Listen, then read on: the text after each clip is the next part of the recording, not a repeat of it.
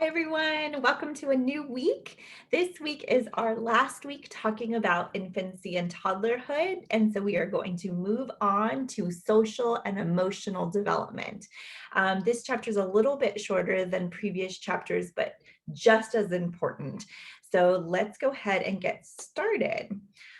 So the first thing I want to talk about a little bit about is temperament. And this is the sole focus of your discussion this week. And I've decided that instead of showing you videos, because that did not turn out well last week, I have posted the videos in Canvas for you to review, and I will just talk about them during this lecture. So you can use the videos to reflect back on, but this is just going to be the lecture portion.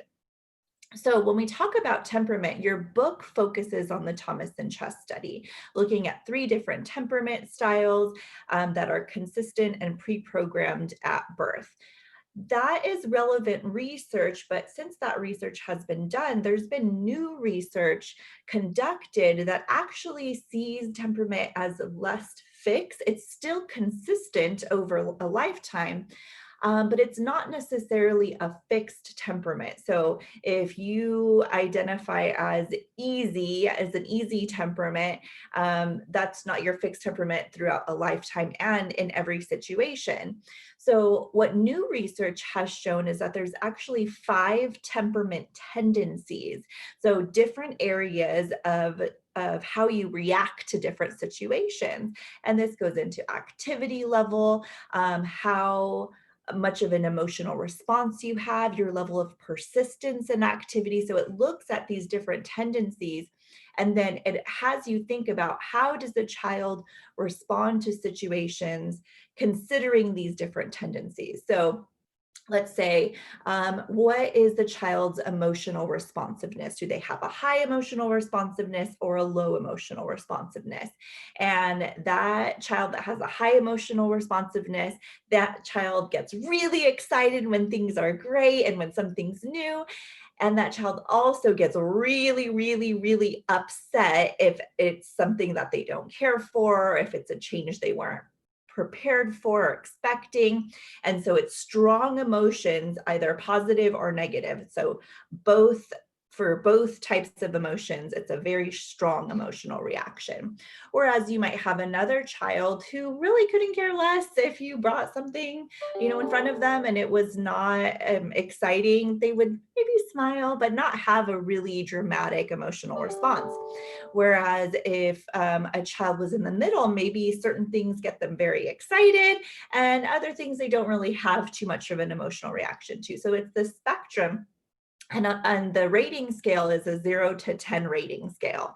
And so looking at these different tendencies, it says, does this child have a high responsiveness in this area or a low responsiveness in this area? So the research is definitely shifting as to what we understand about temperament. And a lot of that has to do with the influence of both nature and nurture. We understand that while temperament is biologically inherited, we also know that environment and interactions also play a part on how that temperament is expressed.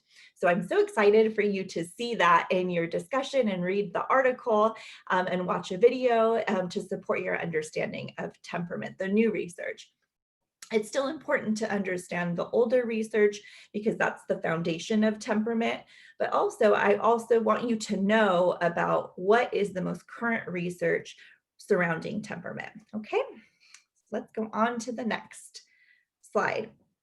So there is still a difference between temperament and personality.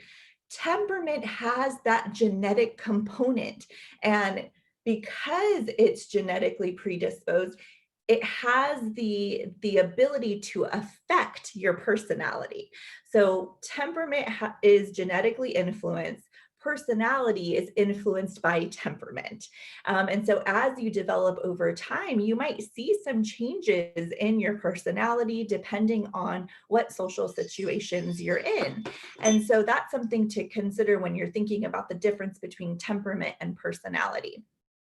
Personality is a consistent feeling of thinking and behaving. So as you get into adulthood, you're starting to kind of figure out, what is my personality? And some people might tell you, oh, your personality is just like your mom or just like your grandma.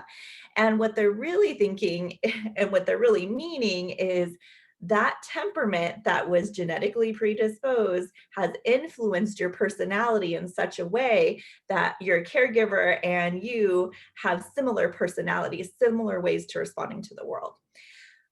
Personality also is highly culturally influenced. So think about the difference between an individualistic culture and a collectivist culture. In the United States, we live in a very individualistic culture.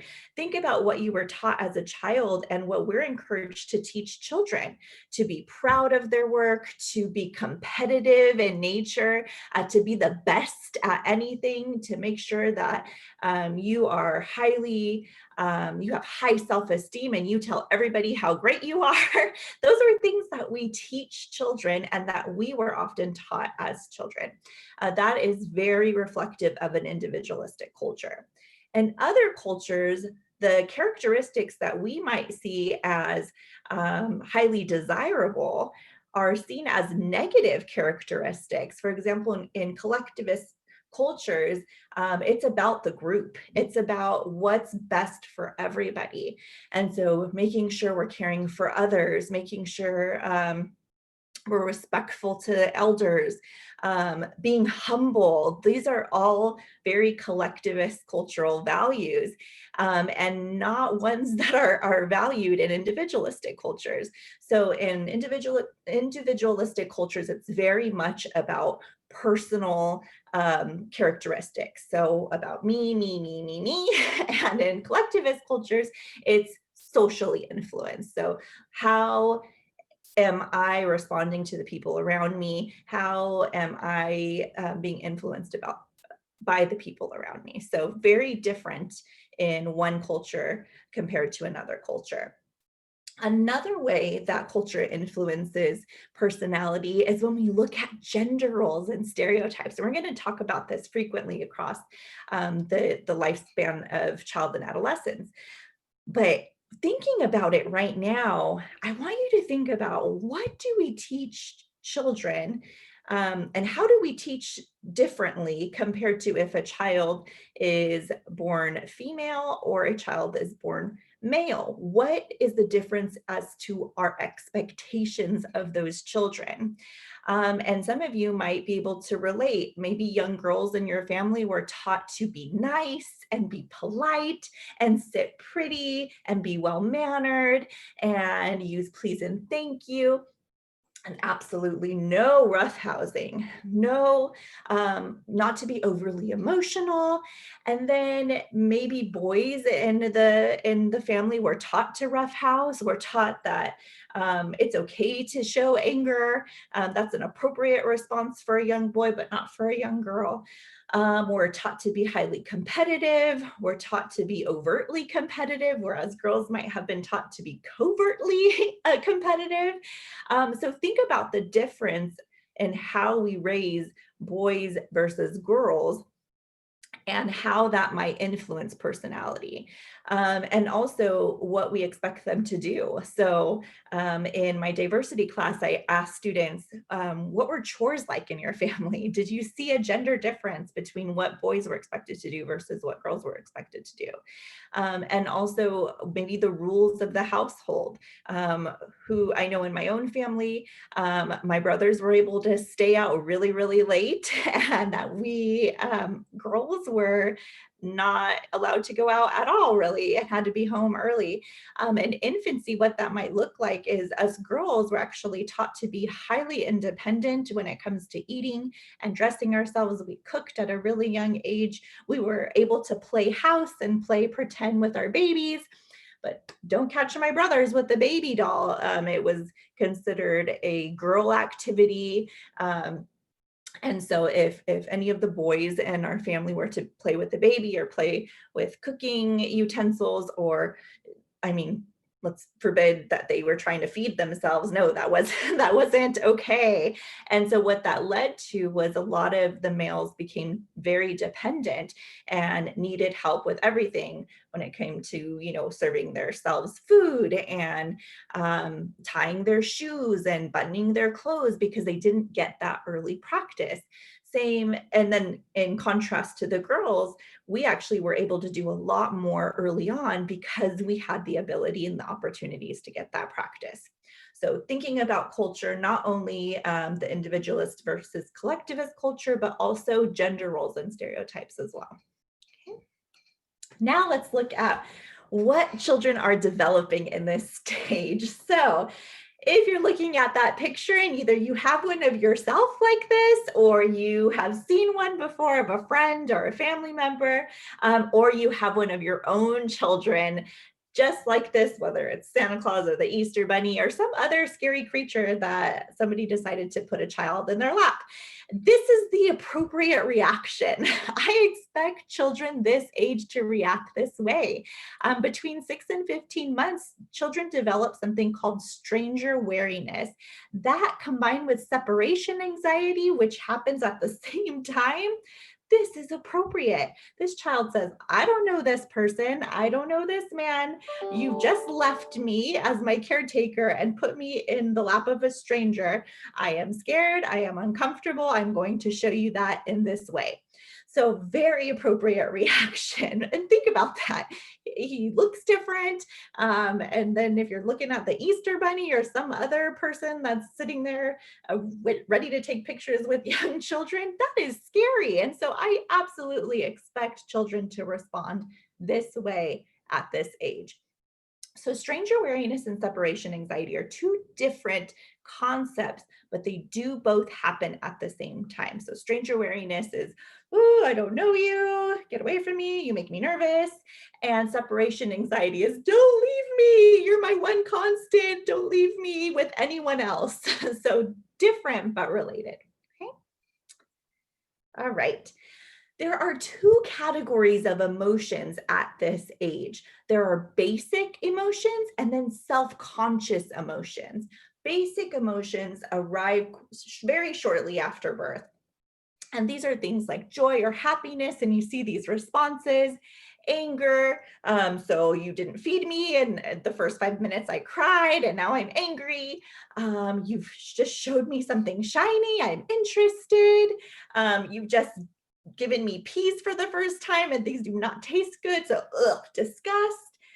Surprise, peekaboo often elicits the surprise emotion. Sadness, you just left me, and then fear, you just put me in Santa Claus's lap. So all appropriate basic emotions. As children get older, they develop a self-concept. And that is what's primarily responsible for these self-conscious emotions, which include pride, which include shame, embarrassment. And if you think about this, a lot of times this comes around 18 months, 2 years old. And if you've ever been around a child during this age, they start hiding when they have bowel movement. So they'll hide behind the couch. They'll hide, in the kitchen or in another room. And what they've realized is, oh, this smell is coming from me. This movement is coming from me. I need to hide because I'm embarrassed that I poop in my diaper. Whereas younger babies who don't have that self-concept, they're like, nah, it's probably you that stinks. I don't know, it's me. It doesn't really bother me. So I'm just going to stay in this room and keep playing and smiling. But as soon as that child realizes, hey, that's me, that stinks, and I should probably be embarrassed that I'm pooping in my diaper, they'll hide. They'll hide because they don't want anyone knowing that that's what they're doing. So that is a great example of a self-conscious emotion. Okay. All right. Here is one of the videos that's in your week 6 module, and it's a social referencing videos. Children use this skill in order to perceive danger. And so it's really interesting to watch children who are developing typically will use this. Children who are developing atypically don't use social referencing as naturally as children who are developing typically. And what this looks like is I'm going to go play with my toys, and then, oh, here's a child that I don't know. I'm going to look back at my caregiver and say, is this a safe child to play with? And if my caregiver is saying, yeah, there's another child, I'm going to say, okay, that's safe. My caregiver looks happy, and I'm going to approach. Whereas if, let's say, there's a new child and I look back at my caregiver and the caregiver is going, nope, that's scary, then I'm going to be less likely to approach because I'm referencing my caregiver's emotions. I'm referencing their facial features to say, is this safe or is this not? So a great video to watch. It actually uses the visual cliff test. And so what you'll see is a checkered surface with a glass surface following it. So it looks like there's a cliff. And so there's a caregiver on one end and the baby on the checkered part. And in one part of the video, the caregiver is going, come on, my baby, come on, cross. And even though that child says it looks like a big drop, you see them trying to cross because their parent is telling them it's safe. And then in the next video, it has the parent going, uh-oh, and the child looks at the caregiver, looks at the cliff, looks at the caregiver and backs up. So he's referencing the caregiver in order to determine safety. Okay. All right, keep going. Now, this development of sense of self is so fascinating to watch. Typically, you see children identify and engage in this process. It's very, very clear when they know that they are themselves. They know what they look like. They know that's them in the mirror and not some strange child. And the video I have available to you, it's this great experiment. It's the red dot test. And so children of various ages are given a mirror. So they have a mirror in front of them, and then without their knowledge, somebody puts a red dot on their forehead. And so the younger children, you see them looking in the mirror and they think, oh, there's another child there. Hi, other child. They have no idea that's them in the mirror. And so even one of them looks behind the mirror like, hey, where'd you go? Where'd my friend go? And then you see an older child about that 18 months to 2-year age, and he's looking and he's looking and he touches his own head and says, hey, what's that? That's when you know a child has that sense of self. They know that they are a separate person. If the child were to try and rub the dot off of the mirror or look behind the mirror, they do not have that development of sense of self.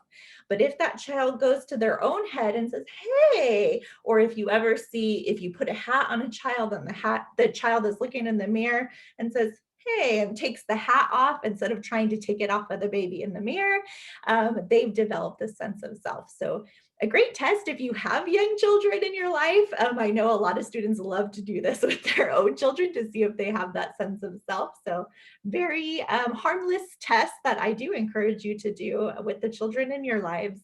Okay, let's continue. Let's talk about attachment. Attachment is really, really critical at this age. And we're going to talk about what the different theorists say about forming attachments in infancy and toddlerhood.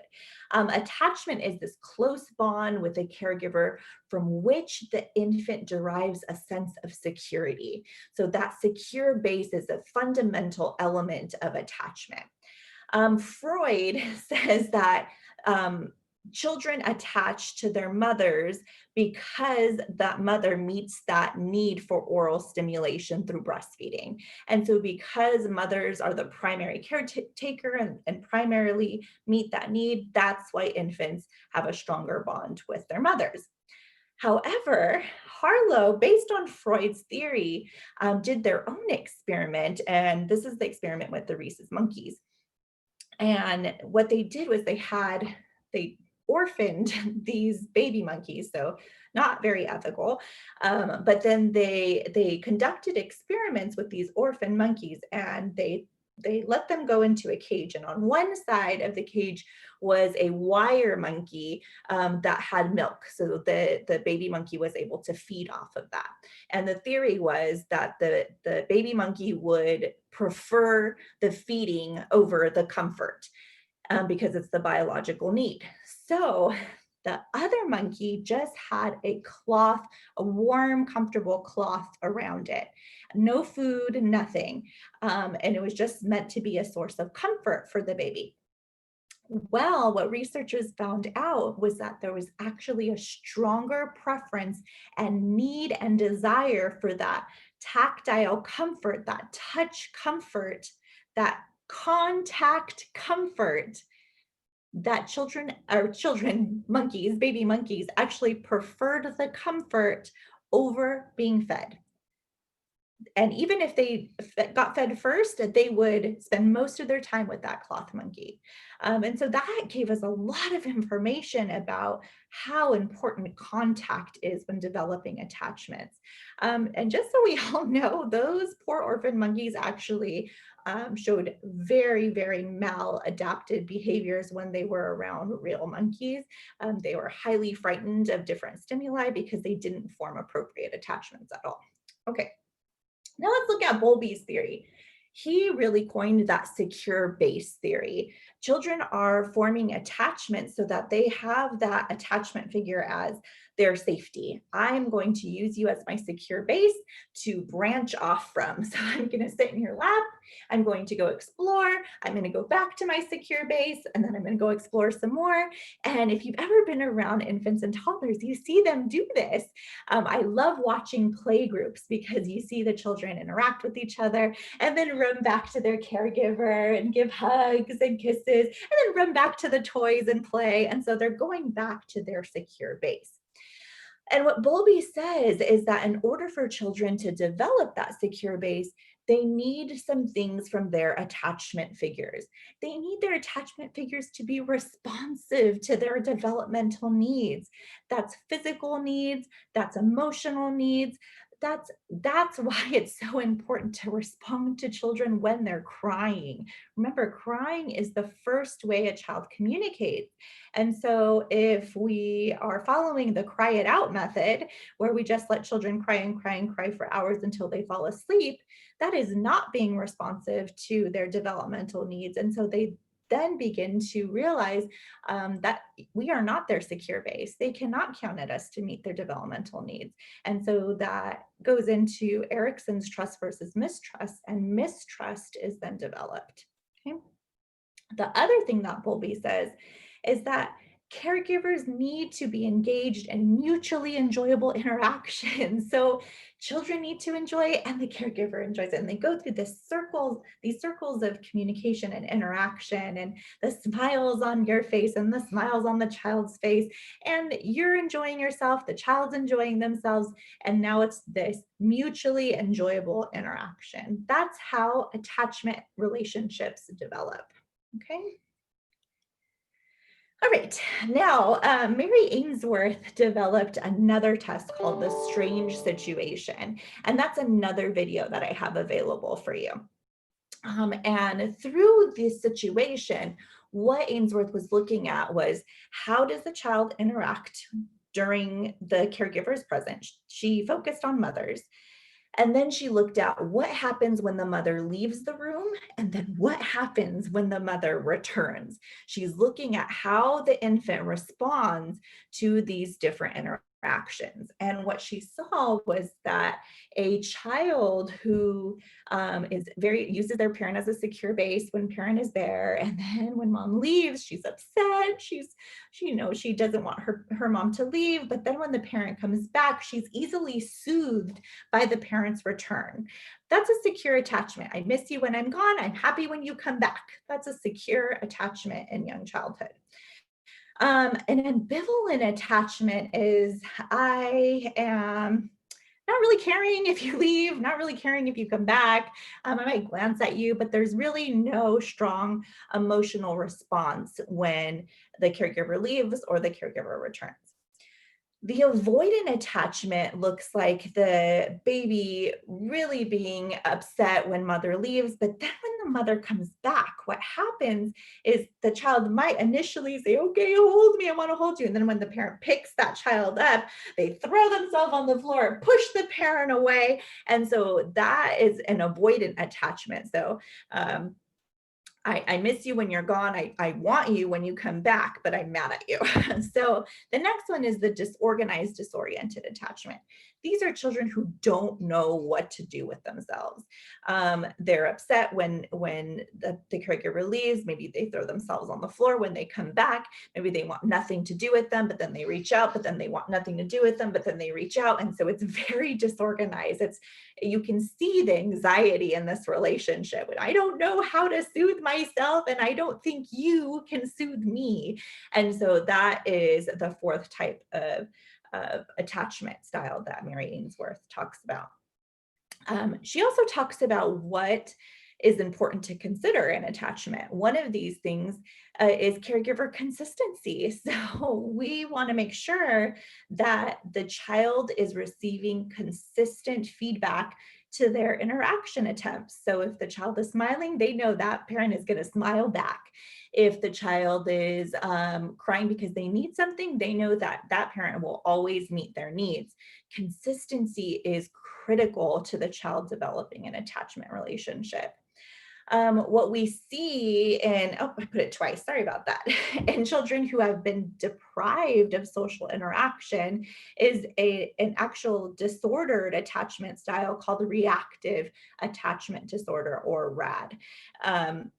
With this attachment style, we see some really dangerous activity. We see children who either over connect, so they need that validation constantly. You love me, right? You love me, right? And or they're not sure how to attach. They don't attach to anybody. We see this a lot with children who have been in the foster system their entire life. They have a really difficult time sharing the attention of their caregiver with others because they're not sure how consistent this caregiver is going to be, if this caregiver is going to leave. And so it is the Diagnostic Statistical Manual for Psychological Disorders actually has termed and coined this term reactive attachment disorder, and it is a disorder that's identified and supported in many children. What we do see is that there are some children, even if they have experienced social deprivation, that they have a high percentage of resiliency.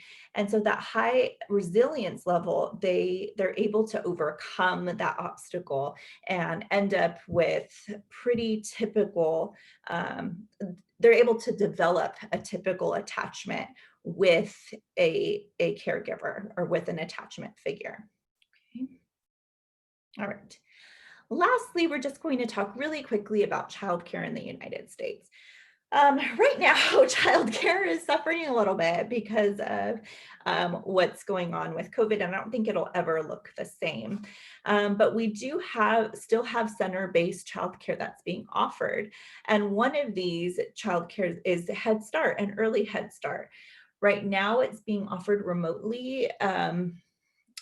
Through most childcares, there are some centers that have returned to their actual sites, but very small classroom sizes, very small adults to child ratio. And so they're really changing the way childcare looks. But what we do know about childcare is that it's not going away. Over 60% of families are stating that they require childcare in this time and in times previous to this. So childcare is a growing opportunity for employment, a growing need in our community. And so thinking about your futures and your careers, childcare is definitely one of those careers that's not going away.